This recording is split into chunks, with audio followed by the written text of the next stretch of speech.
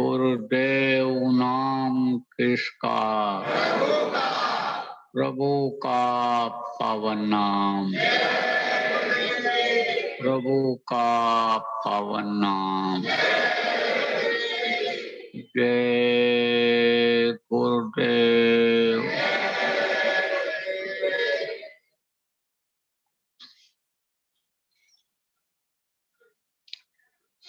सर्वसमर्थ सर्वत्र सम्मानीय परम पूज्य गुरु जी महाराज, उपस्थित सभी सत्संगी साधक धर्म प्रेमी बच्चे एवं बच्चियों, आज 15 नवंबर 2022 साधन भजन का समय प्रातः काल जोधपुर आश्रम पर अपने लोगों को एक साथ बैठ करके सुमिरन ध्यान भजन करने का अवसर जो गुरु महाराज ने दिया, यह उनकी बड़ी कृपा नियामत हमको आपको मानना चाहिए, क्योंकि इस मनुष्य शरीर का कोई भरोसा नहीं है, कब कहाँ हुक्म हो जाए उसका कि खाली कर दो। तो जब खाली करने का हुक्म हो जाएगा तो उस समय पर जिस तरह से अपने लोग बैठ करके सुमिरन करते हैं, ध्यान करते हैं, भजन करते हैं, अच्छा महसूस करते हैं, यह अवसर नहीं रह जाएगा, निकल जाएगा। यह जितनी भी चीजें दुनिया की आंखों से दिखाई पड़ती हैं, यह सब छूट जाएंगी। उस वक्त पर कोई भी चीज काम नहीं आएगी। तो जो भी अच्छे काम के लिए अवसर मिले, भजन सुमिरन ध्यान के लिए अवसर मिले, सत्संग सुनने का अवसर जीवन में प्राप्त हो, उसके लिए बहुत बड़ी कृपा मेहरबानी गुरु की माननी चाहिए। देखो प्रेम, जिस तरह से लोग अपने परिवार को भूल जाते हैं, जिस तरह से बहुत नजदीक के रिश्ते को लोग भूल जाते हैं, कैसे जैसे माँ का रिश्ता सबसे नजदीकी रिश्ता होता है। इस धरती पर जन्म लेने के बाद सबसे पहले माँ की ही पहचान होती है। कैसे जरूरत पड़ती है बच्चे को दूध पीने की, तो माँ उसको दूध पिलाती है, सूंघ करके माँ को पहचान जाता है और माँ से बच्चे को प्रेम हो जाता है और दोनों एक दूसरे से प्रेम करने लगते हैं और माँ फिर पिता की पहचान कराती है। सबसे पहले पिता ही यानी माँ के बाद उसको मिलते हैं, फिर भाई बहन, उसके बाद माँ बेटे को लेकर के अपने मायके पीहर जिसको कहते हो वहां जाती है। तो वहां पर मामा नाना मौसी जो भी रहते हैं उनकी पहचान होती है। और बड़ा होता है पड़ोसियों की पहचान, पड़ोसी बच्चों की पहचान। इसी तरह से जब वो बड़ा होता है, नौकरी व्यापार करता है, तो बहुत से लोगों से पहचान हो जाती है और रिश्ता समझो कि एक तरह से जुड़ जाता है। जैसे मान लो दो लड़के एक साथ बराबर रहते हों, पढ़ने भी जाते हों और वापस जब आते हों, तो गांव में भी साथ पढ़ते हों बैठ करके, मिलते जुलते बराबर रहते हों, तो कोई जब बाहरी आदमी देखता है, पूछता है, तो कहता है कि आपका भाई क्या रिश्ता, आप दोनों भाई हो क्या? तब कहते हैं नहीं, हमारा दोस्त, हमारे दोस्त हैं, ये हमारा वो रिश्ता है। अब मान लो कि ज्यादा दिन हो गया, ननिहाल बेटा नहीं गया, बच्चा नहीं गया, तो नाना मामा को भूलने लगता है, भूल जाता है। इसी तरह से आप ये समझो प्रेमियों कि बाप के मान लो 4 बेटा हों और वो घर से चले जाएं, तो वो घर को एक तरह से भूल जाते हैं। कहाँ चले जाते हैं? कमाने खाने के लिए चले जाते हैं या और कोई काम के लिए चले जाते हैं, तो उनको वही दिखाई पड़ता है। शादी ब्याह जब हो जाता है, किससे रिश्ता जुड़ जाता है? माँ बाप से रिश्ता थोड़ी देर के लिए रुका, ब्रेक हुआ जिसको कहते हो। किससे जुड़ता है? औरत से, फिर बच्चे हो गए, फिर नाते पोता हो गए, उनसे उसका रिश्ता बढ़ जाता है, जुड़ जाता है। और जो पहला रिश्ता था, असली रिश्ता था, जिससे ये रिश्ते हुए, वो छूट जाता है, भूल जाता है उसको। लेकिन पिता नहीं भूलता है। जब समाचार का लेना देना बंद हो जाता है, तो देखो किसी न किसी को भेजता है कि जाओ और पता लगाओ कि हमारे बेटे कहाँ हैं, किस हालत में हैं। और जब वो आदमी जाता है और उनको बताता है कि पिताजी ने आपके भेजा है, वहां से आया हूँ, तो वो फिर याद करने लग जाते हैं, हाल चाल पूछने लग जाते हैं। और जब वो इच्छा पैदा कर देता है, कौन? वही भेजा हुआ, जिसको दूत कह लो, जिसको मैसेंजर कह लो, जिसको यानी समझो है कि उनका एक तरह से पावर वाला आदमी कह लो कि जिसको भेजते हैं पिता, वो जब इच्छा पैदा करता है कि भाई बहुत दिन हो गया तुमको वहां से आए हुए, पिताजी तुम्हारे विकल हैं, व्याकुल हैं तुमसे मिलने के लिए, तो तुम चलो तैयारी करो। तो बार बार जब समझाता रहता है, तो बेटे भी तैयार हो जाते हैं, चलो भाई पिताजी से मिल करके आ जाएं, तो आ जाता है। इसी तरह से प्रेमियों, जितने भी लोग हैं वो अपने घर से अलग हो गए। अब ये जानकारी बहुत से लोगों को नहीं है। पहली बार जो सत्संग सुनने के लिए यहाँ पर आए हो, आपको भी नहीं है। तो पिता कौन है और घर कौन है? देखो, आप तो माँ ने जिनकी पहचान कराई कि ये तुम्हारे पिता हैं, उन्हीं को पिता मानते हो। लेकिन पिता को परम पिता जिसको कहा गया, आप ये समझो वो असली पिता हैं। वो आपके, हमारे पिता के भी पिता हैं, उनके पिता के भी पिता हैं, वो सबके पिता हैं, परम पिता। परम पिता का मतलब क्या होता है? परम धाम, सबसे ऊंचा धाम, कहते हैं परम पूज्य, यानी और इनके आगे किसी की पूजा नहीं है, सबसे परम है, ये पूज्य हैं, इस तरह से लिखते हैं। तो वो है परम पिता, वो सबके पिता हैं। देखो, अभी पूछा जाए तुम्हारे पिता कौन है, तो आप अपने पिता का नाम बताओगे। लेकिन कहो परम पिता, अरे वो तो परम पिता है, हर कोई यही कहेगा परम पिता। परम पिता का मतलब वो परमेश्वर पति जिनको कहा गया है, जो यानी समझो कि सबकी उत्पत्ति किए हैं। पिता उत्पत्ति करता है, पिता अपनी यानी समझो कि जो उसके अंदर शक्ति रहती है उसके द्वारा उत्पत्ति कराता है, वो पैदा करता है। ऐसे सबके परम पिता कौन है? वो सतपुरुष जिनको लोगों ने कहा, सचखंड का मालिक कहा, जिनको लोगों ने हक कहा, यानी वो सबके यानी पिता हैं। तो वहां से अलग हुए बहुत दिन हो गया। यहाँ पर वो रहते हैं, समझो असली घर वो है। वहां पहुंच जाने के बाद उस घर से कोई अलग नहीं करता है। समझो कि वहां यहाँ से जाने के बाद जब वहां पहुंच जाते हैं, तब वहां से कोई अलग भी नहीं होना चाहते और वो अलग भी नहीं करते हैं। उनके पास बहुत शक्तियां हैं, जब कभी जरूरत पड़ती है तब उसको भेज दिया करते हैं। लेकिन वो जो पहुंच जाता है एक बार यहाँ दुख झेल करके, आप फिर समझो कि वो फिर आना पसंद भी नहीं करता और वो भेजते भी नहीं है। आपको समझने की जरूरत है प्रेमियों, वो अपना घर है। कहाँ? सतलोक जिसको कहा गया, जहाँ पर वो अपने पिता सत्पुरुष रहते हैं। देखो,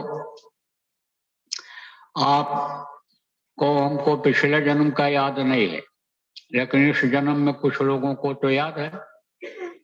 जो किराए के मकान में रहते हो, घर बदलते रहते हो कि नहीं? नौकरी करते हो और दूसरे शहर में कहीं नौकरी करने चले गए तो वहां घर लेते हो। तो जैसे ये घर बदलते हो, ऐसे तमाम घर पिछले जन्मों में बदला आपने, तमाम बनाए घर, तमाम जमीन जायदाद इकट्ठा किया, तमाम अन्य समझो कि हीरा मोती जवाहरात जमा किया, तमाम अन्य समझो की तरह के मान सम्मान आपने कमाए, शादी ब्याह भी किया जैसे इस जीवन में किए हो, बच्चे भी पैदा किए, यही काम जो यहाँ कर रहे हो पिछले जन्मों में भी करते रहे। और बहुत समय हो गया, अपने घर अपने वतन नहीं पहुंच पाए। इसी नकली घर में जो काम आने वाला नहीं, चल जला अभी आ जाए, धरती हिल जाए तो समझो कितने मंजिल का मकान क्यों न हो, कितना सुंदर अरबों रुपए खरब रुपए का मकान क्यों न हो, लेकिन आप ये समझो कि वो ढह जाएगा, खत्म हो जाएगा। तो यह घर जो है अपना घर तो है नहीं, और ना ये रिश्ता पिता का और भाई का ये अस्थाई है, ये तो समझो अस्थाई चीज है। तो अस्थाई जगह पर जब तक नहीं पहुंचेंगे तब तक समझो कि सुख अपने घर का नहीं मिलेगा। तो आपको समझने की जरूरत है प्रेमियों कि जब महापुरुष आते हैं, जब संत आते हैं धरती पर तो अपना ही घर याद दिलाते हैं, अपने पिता को याद दिलाते हैं और इच्छा पैदा करते हैं कि भाई चलो, हम तुमको लेने के लिए आए हैं, तुमको हम पहुंचाने के लिए वहां आए हैं, तुम तैयारी करो, चलो। गुरु महाराज जैसे संत आए तो क्या बताया गुरु महाराज ने कि हम आए हुए देश से, यहाँ तुम्हारो धाम, तुमको घर पहुंचाना एक हमारो काम, कि तुमको तुम्हारे घर पहुंचा दें, एक हमारा काम यह है। इसलिए हम इस मृत्युलोक में आए हैं, तुम्हारे जैसे ही शरीर में आए हैं कि हम तुमको समझावें बतावें तो तुम विश्वास करो। आप समझो भगवान आकर अभी खड़े हो जाएं, जिस रूप में वहां पर हैं, देवी देवता जिस रूप में वहां पर हैं वो आकर के खड़े हो जाएं तो आपको विश्वास नहीं होगा। लेकिन जब कोई उनकी ताकत का इजहार कराएगा, उनकी शक्ति का इजहार आपको कराएगा, तब आपको विश्वास हो जाएगा। तो वो कौन कराता है? जो संत इस धरती पर मौजूदा होते हैं, जो वक्त के गुरु होते हैं। इसीलिए कहा गया वक्त गुरु को खोज तेरे भले की कहूँ, वो शक्ति का इजहार कराते हैं। तो संत आए, गुरु महाराज आए, देखो कितने लोगों को आपको समझाया, बताया, जगाया, बार बार आने समझो कि समझाते रहे, बताते रहे और आपको रास्ता भी दिया और आपको जाने की इच्छा भी बनी। देखो, इच्छा न बने, बहुत आने समझो रास्ता सुगम हो या कोई आपको अपनी गाड़ी पर भी बैठा करके कहीं ले जाना चाहे और आपकी इच्छा ही न बने तो प्रयास उसका, मेहनत उसकी बेकार जाएगी कि नहीं जाएगी? तो आपकी इच्छा भी बनी, लेकिन कहते हैं कि जो जन्म जन्मांतर से आदत बनी हुई है वो जल्दी नहीं छूटती है। तो तब संतों ने समझाया, गद्य के रूप में, पद्य के रूप में तरह तरह से समझाया। कहा देखो कबीर साहब ने कि कबीर गुरु के भक्त का तज विषया का संग। आप ये समझो, कहा उन्होंने कि ये जो विषय वासना जो फंसे हुए हो इसको छोड़ो, तस विषया की चोट। आप समझो कबीर साहब ने कहा कि कबीर गुरु के भक्त का तज विषया की चोट और बार बार नहीं पाया मनुष्य जन्म की मौज। बार बार ये मनुष्य शरीर नहीं मिलेगा, एक बार मिल गया, दांव एक तरह से लग गया। अब जो पहलवान होता है, कमजोर पहलवान और तंदुरुस्त पहलवान को, बड़े पहलवान को दांव लग जाता है तो मार देता है, हरा देता है उसको। लेकिन बार बार वो दांव लगे ना लगाए, क्योंकि वो भी होशियार हो जाएगा, वो भी दूसरा दांव लगाएगा। तो बार बार लगे ना लगे तो ये दांव लग गया। दांव वो भी तो लगाता है जिसके देश में रहते हो, कि इनको फंसाए रहो फंसाए रहो फंसाए रहो, ये कीड़े मकोड़े में जाते रहें, कर्म इनके खराब रहें, ये पक्षी बनकर के उड़ते रहें, ये जल में ही तैरते रहें, उसी में पड़े रहें। उसकी भी तो एक कोशिश है। लेकिन अब उससे दांव लग गया, मिल गया दांव, काल माया के देश में दांव लग गया। इस भूल और भ्रम के देश में जो भूल का यानी समझो कि एक तरह से कोहरा उपया रखा है, भूल और का बादल भ्रम का पैदा कर दिया है। जैसे अभी ठंडी पड़ेगी बढ़ेगी तो कोहरा उत्पन्न हो जाएगा, तो कोहरे में आदमी रास्ता भूल जाता है। ऐसे ही थोड़े समय के लिए आया, ऐसे थोड़े समय के लिए पर्दा आता रहता है, थोड़े समय के लिए भ्रम और भूल पैदा होता रहता है और आदमी रास्ता भटक जाता है। जिसको ये विश्वास होता है इस रास्ते पर हम चले जाएंगे, और सुबह सुबह देखो यानी जब सूरज नहीं निकलता है तो कोहरा कम रहता है, और सुबह सुबह अगर उसमें चला गया सब तो अपने गंतव्य स्थान पर, चाहे ट्रेन पकड़नी हो चाहे बस पकड़ना हो, उसको कहीं जाना हो तो पहुंच जाता है। तो ये यानी समझो कि एक तरह से ये फंसाना भी चाहते हैं। तो कहा कि भाई बार बार नहीं मिलेगा ये मनुष्य शरीर, एक बार जो तुमको मिला है उससे अपना काम कर लो, अपनी आत्मा का कल्याण कर लो। बार बार देखो गुरु महाराज समझाते रहे, बताते रहे, आप बहुत से लोगों को गुरु महाराज ने अपनाया भी, अंदर से सफाई किया और नाम रूपी रत्न आपको दे दिया, यानी नामदान आपको दे दिया। तो समझो कि विषया की चोट, विषया किसको कहते हैं? विषय के चोट कहते हैं कि जैसे देखना ये एक विषय है, अब आदमी की आदत बन जाती है कोई भी चीज देखने को हो। देखो ऐसे जानवरों में आसक्ति हो जाती है, तो जानवरों को जब तक देखता नहीं है, जानवरों के ऊपर जब तक हाथ फेर करके स्पर्श का विषय नहीं प्राप्त करता है तब तक उसको चैन नहीं पड़ती है। कुत्ता पाल लिया, बिल्ली पाल लिया, गाय भैंस पाल लिया, तो देखो उससे आसक्ति हो जाती है, प्रेम हो जाता है।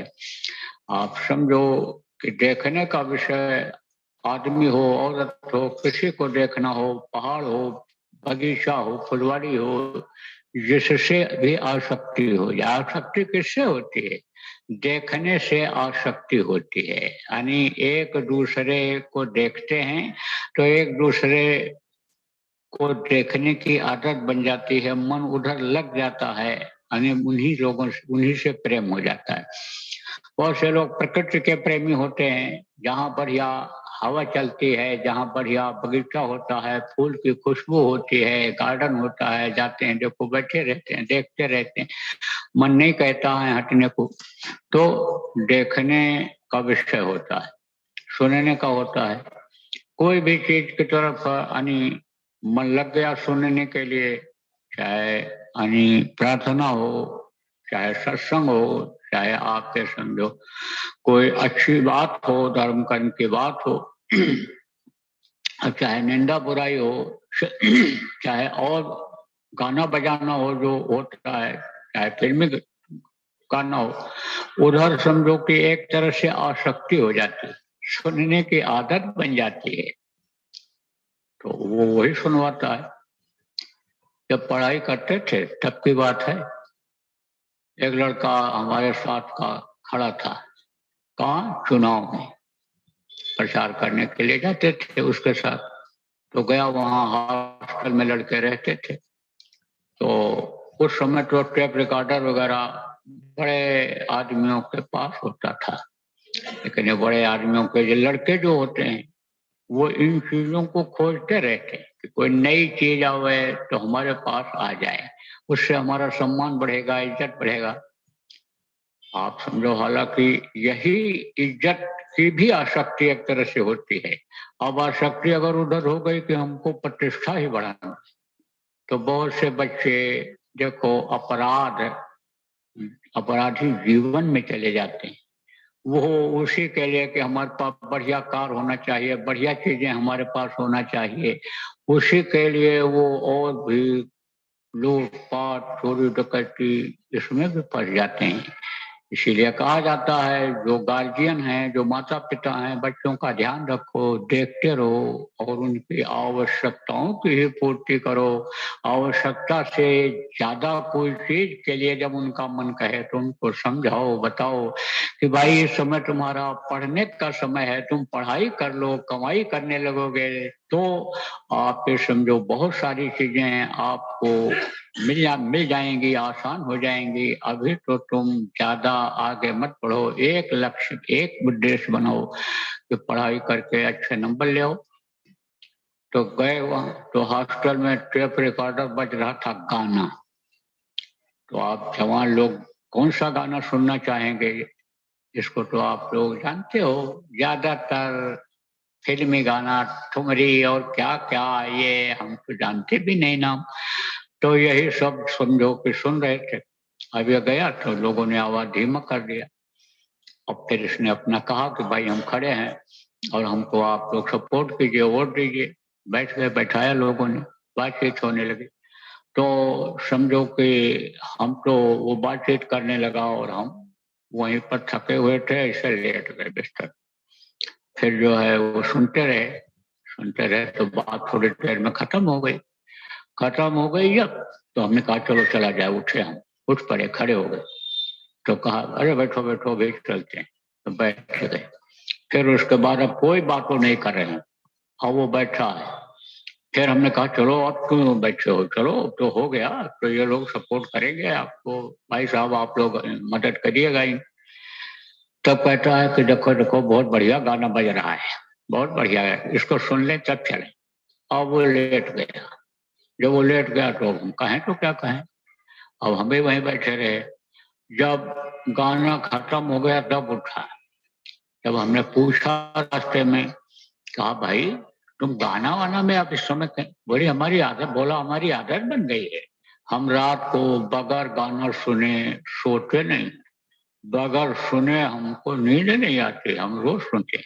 तो ये क्या है? ये कान का विषय है, कान में वो चीज पढ़नी चाहिए। ऐसे जिह्वा का विषय होता है।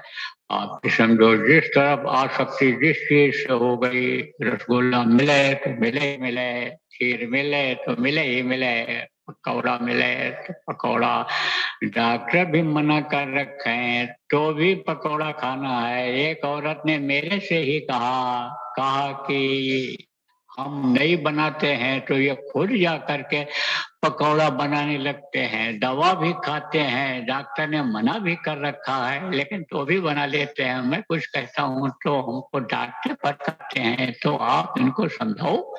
मेरे से ही कहा।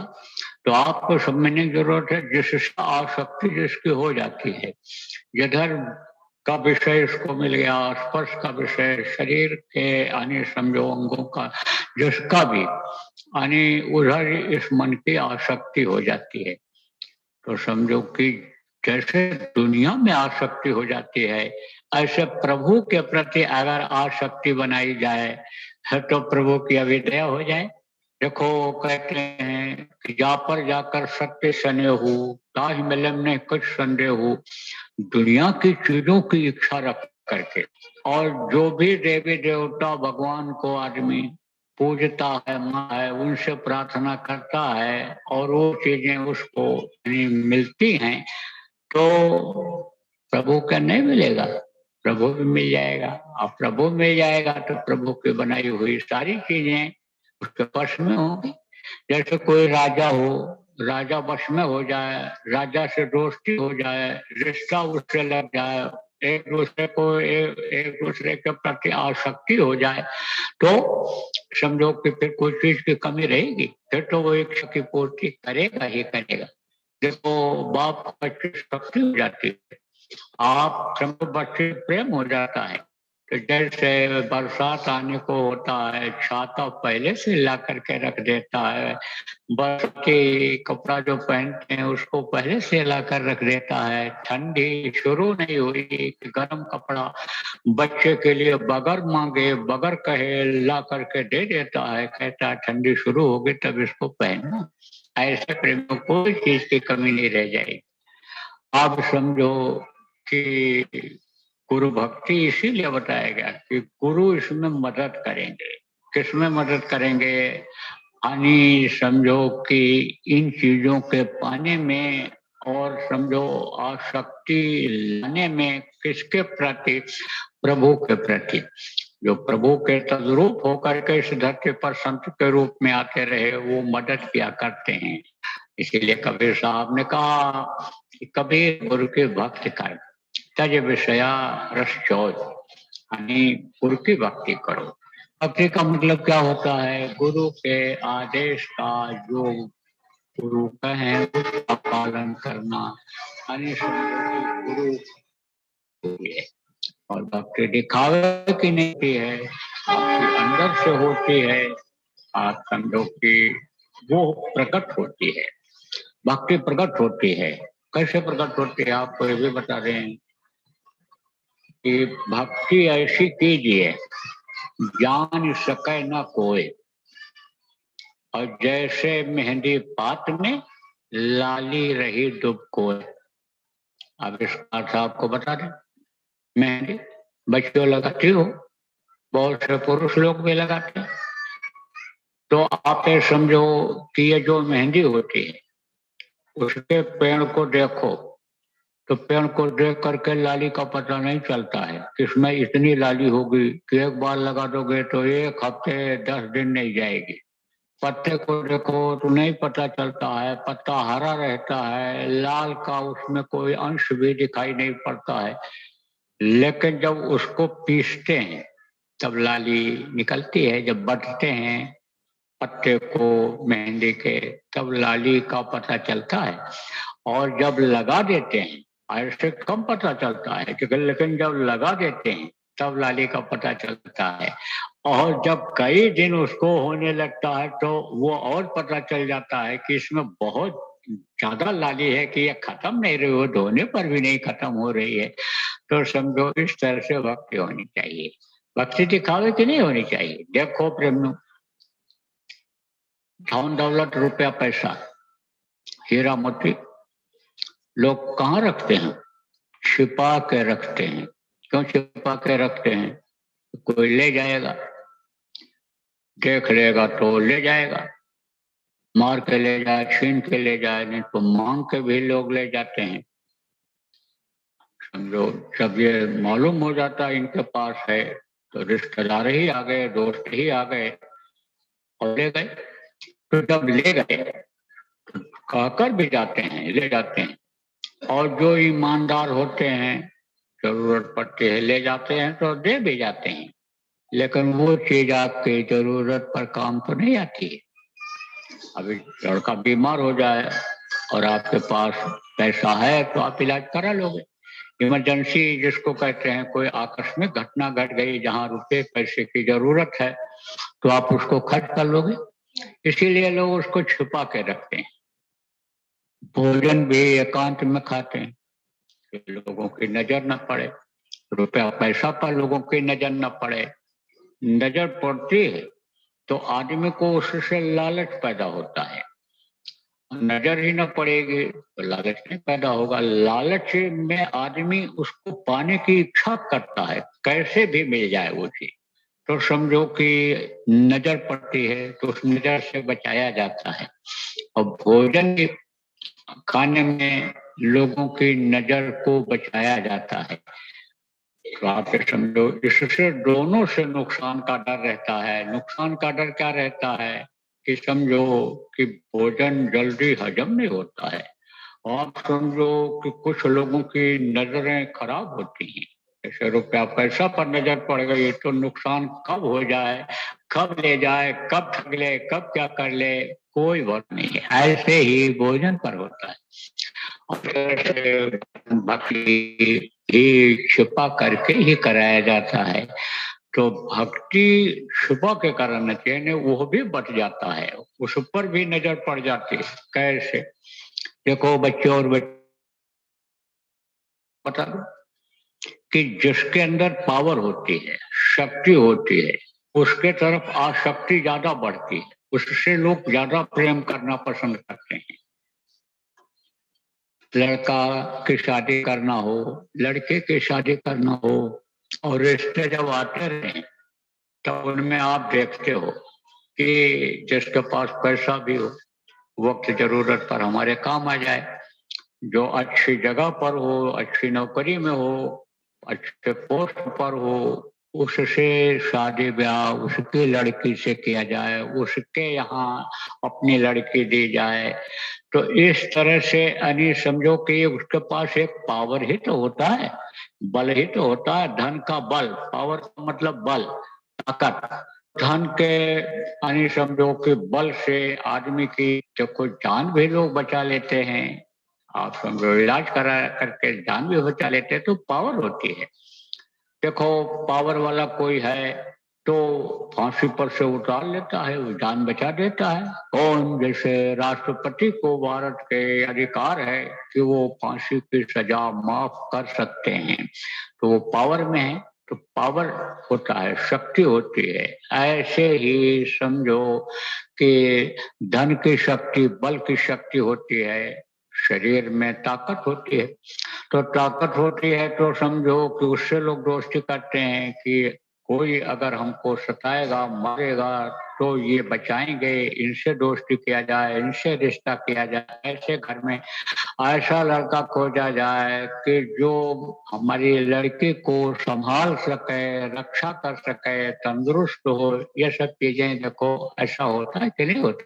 तो ये पावर जिसके अंदर होता है उसके प्रति आकर्षण बढ़ता है, उसके प्रति लगाव बढ़ता है। तो समझो कि इसका पावर जब भजन का बढ़ता है, तब समझो एक काल और दया का ज्यादा जोर पड़ता है। तो देखो अगर ये मालूम हो जाए, किसी किसी को ये मालूम हो जाए कि ये जो है लड़की है या ये देवी है, ये औरत है, ये बहुत भजनानंदी है, तो समझो कि उससे हर कोई मिलना चाहेगा, हर कोई दोस्ती करना चाहेगा। यानी जो उस लाइन का है, मालूम हो जाए कि ये यानी अच्छे साधक हैं, इनकी अच्छी साधना है, तो उनसे लोगों का मिलना जुलना और उनसे ज्यादा यानी जो है लोगों को यानी सब जब लाभ की इच्छा बन करके लाभ प्राप्त करना लोग चाहेंगे, तो उनसे दोस्ती हो जाती है।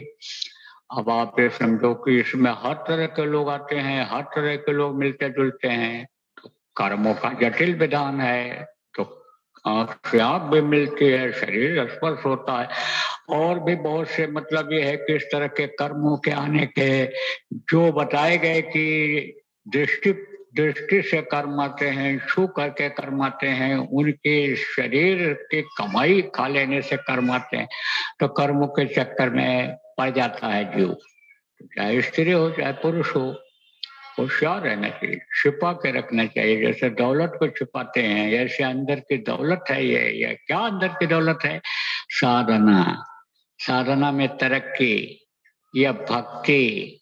देखो शबरी का नाम सुना है? शबरी विलन थी। आप ये समझो कि कथा में आता है कि भगवान उसके यहाँ बैर खाए थे, गए थे, छोटी जाति की थी और कुरूप थी। कुरूप किसको कहते हैं? और जिसको अभी कोई कुरूपी आ जाए तो कहोगे राक्षस है, राक्षसी है ये। नाक टेढ़ा, आंख ऐसी टेढ़ी, और मुंह भी उसी तरह का, दांत निकले हुए, चेहरा काला कलूटा, अंग टेढ़े, तो वो क्या, उसको क्या कहोगे? उसको कहोगे जो है राक्षस है ये, जैसे राक्षस जैसे होते हैं, जैसे आदमी जैसे ही दिखते हैं, लेकिन सींग निकली हुई हो, दांत निकला हुआ हो, खूब आगे जानवरों जैसा, मुंह भी उसी तरह काला कलूटा भालू जैसा शरीर हो, तो समझो इसी तरह की वो थी। तो माता पिता का धर्म बनता है कि बच्ची जब बड़ी हो जाए तो उसका हाथ किसी को पकड़ा दिया जाए, उचित जिसको समझा जाए। ब्याह करना यह गृहस्थ का धर्म होता है, चाहे लड़का हो चाहे लड़की हो। इसीलिए कहा जाता है जब बड़े हो जाएं तो अपने गृहस्थ धर्म का पालन करके अपने दायित्व से, अपनी जिम्मेदारी से छुटकारा ले लो। समझाया जाता है सत्संगों में लोगों को। तो शादी कर दिया। अब पर्दे में शादी होती थी। अब इस समय तो समझो जैसे ये लड़कियां शादी के बाद ही गाना गाने लगती हैं, नाचने लगती हैं, वहीं पर खुशी मनाने लगती। पहले तो ऐसा था नहीं। भारतीय संस्कृति तो ये रही नहीं। पर्दे में शादी हुई और डाले हुए थे कपड़ा और उसी तरह से विदाई कर दिया। अब विदाई करके पैदल लोग चलते थे, सवारियां तो इतनी थी नहीं। तो उधर जंगल में से होकर के जा रहा था लड़का लेकर के, किसको, सवेरी को लेकर के जा रहा था। तो कहीं उसका कपड़ा ये मुंह पर से हट गया, या हटा दिया होगा कि भाई आप क्यों पर्दा इनसे करें, इन्हीं के साथ रहना है। देखा और देख करके छोड़ करके भाग गया। देखते ही छोड़ के भाग गया, डर गया जैसे। अब सवेरी क्या करे, घर वापस जाना नहीं ठीक है, क्योंकि ये जब लड़कियां बड़ी हो जाती हैं तब ये समझो कि परिवार में अपने को भार महसूस करने लगती है। और माता पिता जब बैठ करके बात करते हैं बच्ची के कि क्या करें, बहुत परेशान हैं, कहीं लड़का मिल नहीं रहा है, बड़ी परेशानी है, ये है वो है, तो धीरे धीरे वो सुनती रहती हैं। इच्छा उस समय की उनकी जगती है शादी ब्याह की, चाहे लड़का हो उस उम्र का चाहे लड़की हो, तो सुनते रहते हैं। तब तो उनको तकलीफ होती है कि देखो हमारी वजह से हमारे माता पिता दोनों दुखी हैं बेचारे, बार बार यही कहते हैं, हमारी वजह से कहते हैं, तो उनको तकलीफ होती है। तो आपको समझने की जरूरत है। फिर उसने सोच लिया आप तकलीफ देने के लिए हमको घर नहीं जाना है। आगे बढ़ती रही, प्रभु के भक्त थे, अंतरात्मा तो उसकी सही थी।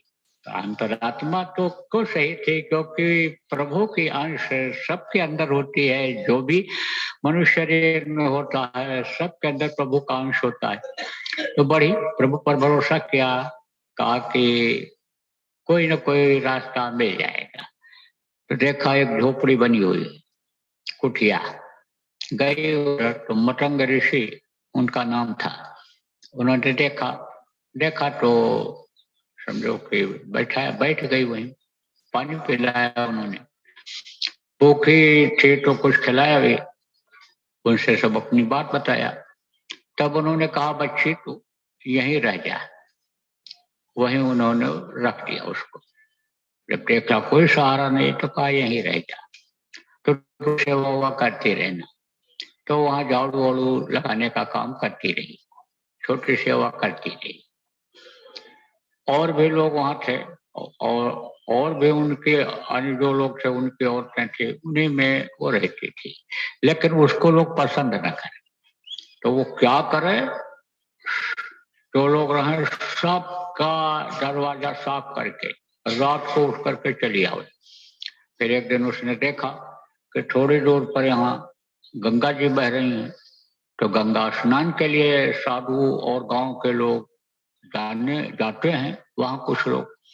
तो जब देखा तो पूरा वहां से लेकर के और गंगा नदी तक पूरी सफाई, रात को ही उठ करके जब सब लोग सोए तो वो साफ करके चली आया करे। तो एक दिन किसी ने पूछा, कहा कि तू दिन में क्यों नहीं साफ करती है? तो कहा दिन में साफ करेंगे तो लोग हमको देखेंगे। तो वो तो यही समझे कि ये तो कुरूपी है, इसलिए ये छिपती है अपने से कि हमको कोई देखे ना। कि जैसे किसी की आंख खराब हो जाती है तो काला चश्मा लगा लेते हैं, किसी को उंगली कट गई तो कपड़ा ही बांध लेते हैं, ऐसे ही समझो ये छिपा रही है अपने रूप को। लेकिन सेवा करते करते उसके अंदर इतनी निर्मलता अंदर से आ गई थी कि उसको बहुत सा ज्ञान अंदर से ही होने लगा था, प्रेरणा होने लगी थी। तो वे समझिए कि भाई हमको लोग देखेंगे, हम देखेंगे तो कर्म आएंगे लोगों के। और मतलब ये है कि हमारी जो ये सेवा है ये बढ़ जाएगी। मतंग ऋषि जब उपदेश करते थे तो उसको भी दूर बैठ करके सुन लेती थी। तो समझो, कहने का मतलब ये है कि सेवा और भक्ति आप ये समझो कि ये छुपाना चाहिए, छुपा के करना चाहिए, नहीं तो ये भी बढ़ जाता है। तो देखो प्रेमी, सुबह सुबह तो कोई सत्संग का यानी ये समय आपका था नहीं, ध्यान भजन का समय था।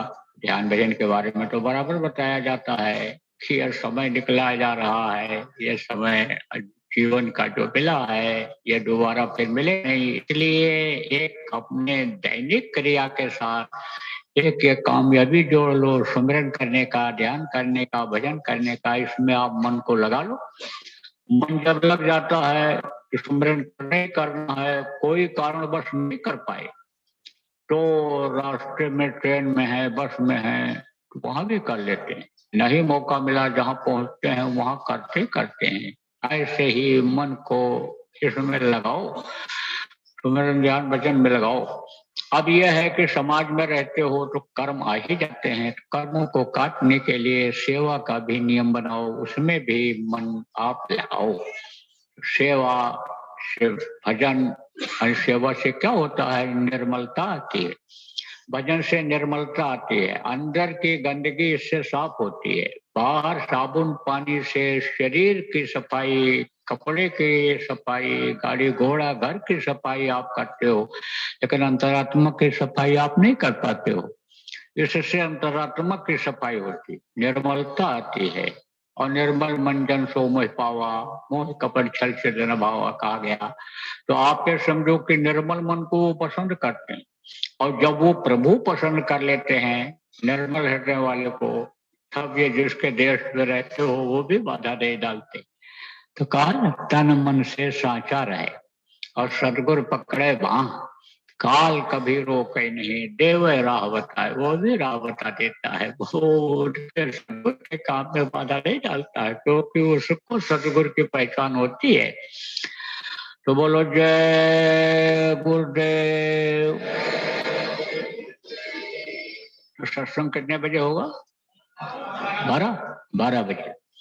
12 बजे से होगा, तो अभी तो लोग आएंगे, आसपास के लोग आएंगे, कुछ नए लोग भी आएंगे।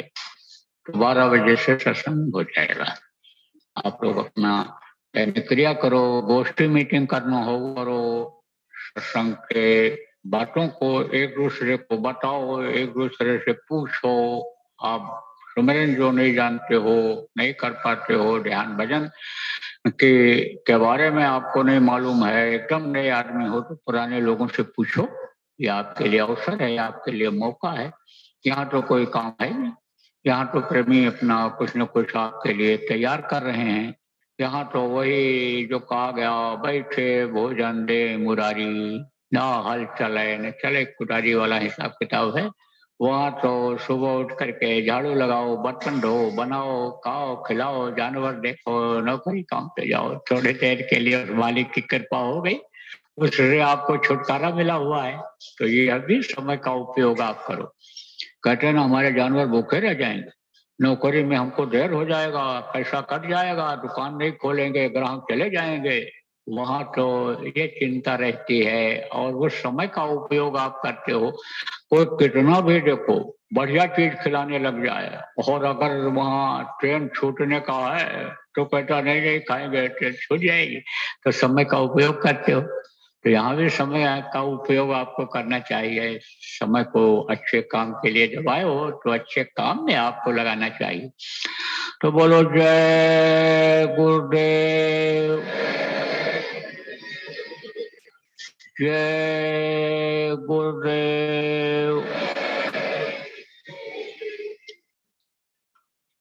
जय गुरुदेव,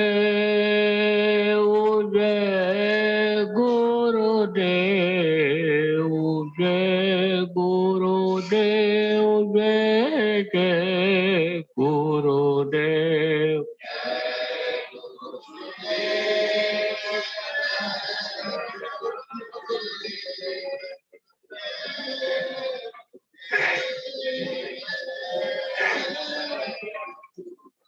जय गुरुदेव, जय गुरुदेव, जय गुरुदेव, जय जय गुरुदेव।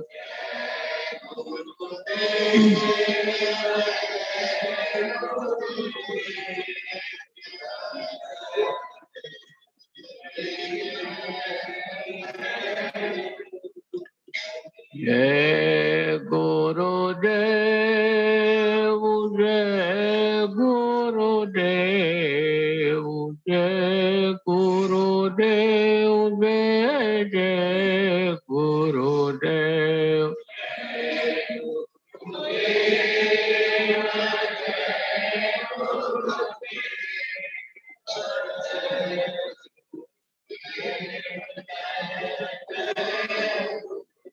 जय गुरुदेव, जय गुरुदेव, जय गुरुदेव, जय जय गुरुदेव।